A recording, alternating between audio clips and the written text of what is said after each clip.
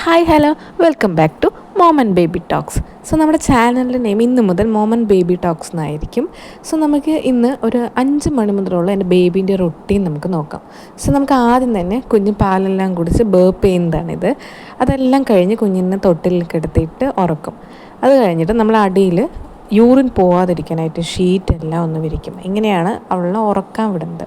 അതെല്ലാം കഴിഞ്ഞിട്ട് ഞാൻ നല്ലോണം വെള്ളം കുടിക്കും. എല്ലാ ഫീഡിങ്ങിന് മുന്നും ഫീഡ് കഴിഞ്ഞിട്ട് മാക്സിമം ഞാൻ വെള്ളം കുടിക്കാൻ ശ്രദ്ധിക്കാറുണ്ട്. അത് കഴിയുമ്പോഴേക്കും ഞാൻ അവളുടെ തുണികളെല്ലാം മടക്കി വയ്ക്കും. കുറേ തുണി ഉണ്ടാവും, ഇന്ന് കുറച്ച് തുണി ഉണ്ടായിരുന്നുള്ളൂ. സോ അതെല്ലാം നമ്മൾ മടക്കി വയ്ക്കും.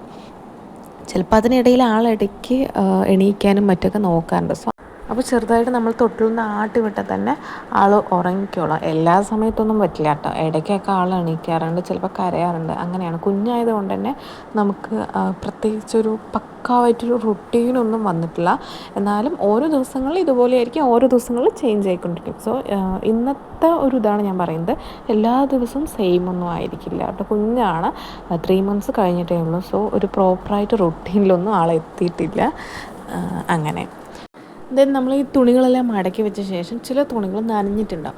അതെന്തുകൊണ്ട് നനഞ്ഞിട്ടുണ്ടാവുക എന്നുള്ളത് നിങ്ങൾ ചിന്തിക്കും.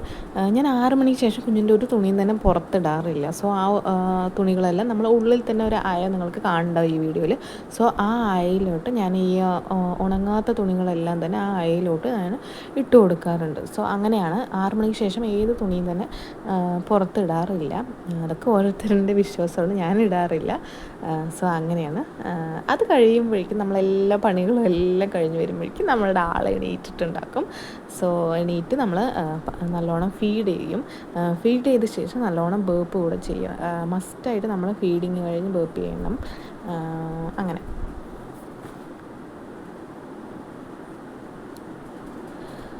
സോ അതെല്ലാം കഴിഞ്ഞ് ഞാൻ കുഞ്ഞിനെ അമ്മൻ്റെ കൊടുത്തിട്ട് ഞാൻ ഫുഡ് കഴിക്കാൻ പോകും. നൈറ്റ് ഞാൻ ഫുഡ് കഴിച്ചിട്ട് വരും. ഇന്നേക്കിതാണ് ഫുഡെല്ലാം കഴിഞ്ഞ് ആൾ അപ്പോഴേക്കും കുളിച്ചിട്ട് വന്നിട്ടുണ്ടാകും. കുളിയെല്ലാം കഴിഞ്ഞ് അഗെയിൻ ആളൊരു ഫീഡ് കൂടെ കഴിഞ്ഞു.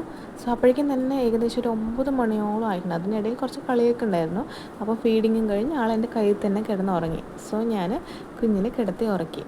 അത് കഴിഞ്ഞിട്ട് 10 മണിയാകുമ്പോഴേക്കും ആളെണിച്ചു. അത് കഴിഞ്ഞിട്ട് 12-1 മണി വരെ ഫുൾ കളിയായിരുന്ന ആൾ.